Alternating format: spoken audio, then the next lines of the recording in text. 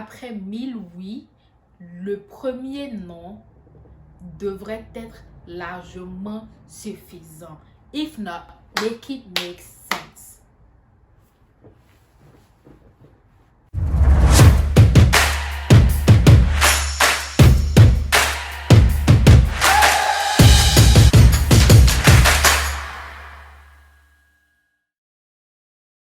Coucou tout le monde, welcome and welcome back to my channel. First of all, I would like to say thank you for all the support that I got on my intro video. I was not expecting it, and yeah, I really appreciate it. So on to today's video.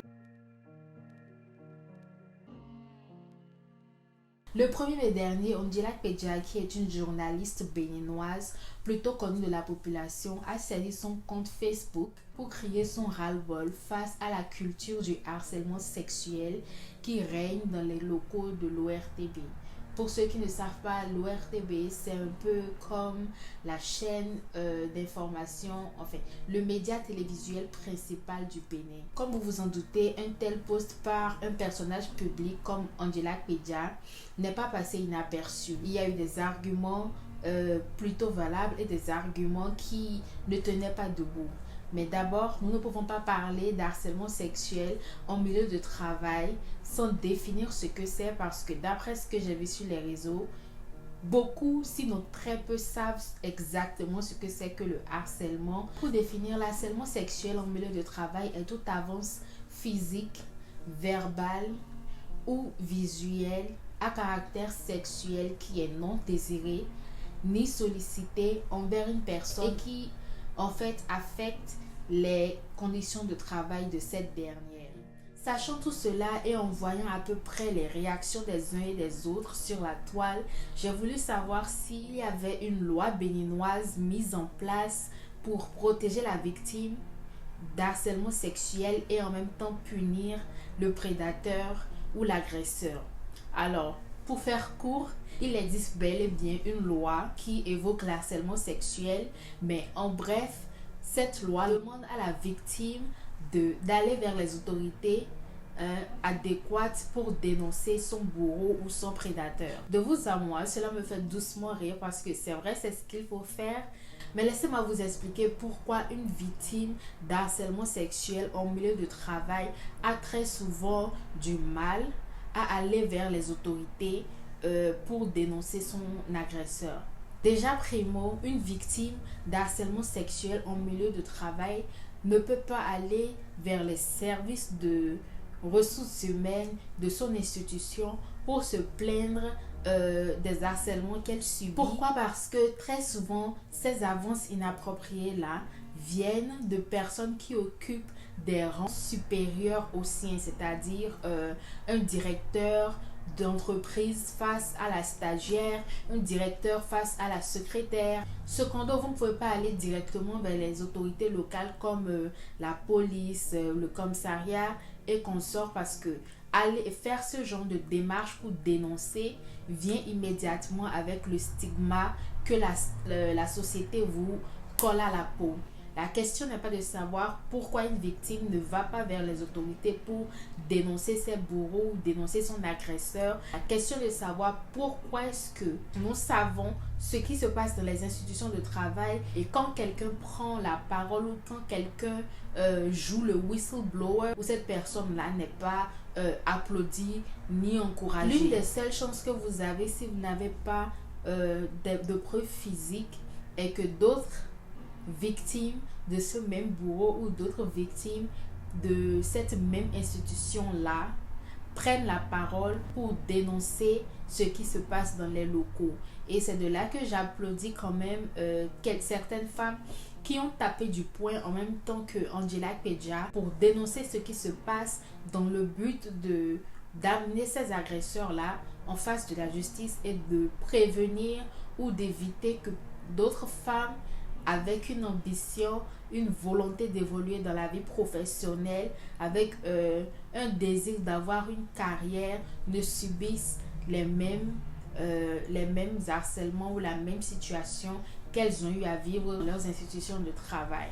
Si vous n'avez pas la force de dire non à à ces avances inappropriées là, vous êtes obligé de subir et toute une entreprise est au courant de ce qui se passe, il n'y a personne pour vous défendre et parce que vous avez déjà dépensé des sommes exorbitantes pour vos études, vous subissez parce que bon, vous ne pouvez pas vous retrouver du jour au lendemain à la maison.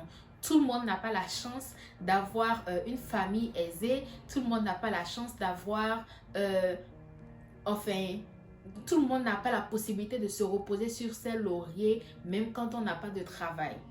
Donc, je pense que c'est l'une des raisons principales pour lesquelles les femmes là, ces femmes qui sont victimes d'harcèlement sexuel en milieu de travail, restent, serrent le coude, se lèvent tous les jours, font leur travail comme si de rien n'était, sachant qu'elles ne sont pas à l'aise, sachant qu'elles ne peuvent par exemple, elles ne peuvent pas se permettre de travailler un peu plus, je ne sais pas comment dire, genre overtime.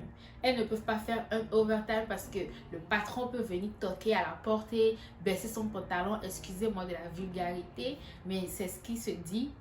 Le patron peut venir à n'importe quel moment toquer à la porte et vous ne savez pas ce qu'il attend de vous. Est-ce qu'il attend un dossier normal ou est-ce qu'il attend des faveurs sexuelles de vous? Et cette situation est d'autant plus frustrante lorsque vous avez des personnes de haut statut qui tiennent des propos comme de vous à moi. Est-ce qu'on peut vraiment violer une femme dans une administration? Like, how out of touch do you have to be to say something like that? Et tenez-vous bien, ces paroles-là viennent d'un ex-ministre de la République. Et c'est le genre de personne que nous avons qui dirige le pays. Si un ex-ministre qui peut-être, disons, a la possibilité d'être un président de République et consort, se permet de dire, d'utiliser une plateforme où il sait qu'il a un statut et il sait qu'il y a des gens qui vont suivre ce qu'il dit, qui osent dire est-ce que de vous à moi, est-ce qu'on peut vraiment violer une femme dans une institution de travail? Mais à ce ministre-là, moi j'ai envie de demander, vous vivez sur quelle planète? Ce même ministre dit qu'Angela Pedja n'aurait pas dû utiliser son compte Facebook pour mettre à nu la culture de l'harcèlement sexuel qu'il y a à l'ORTB.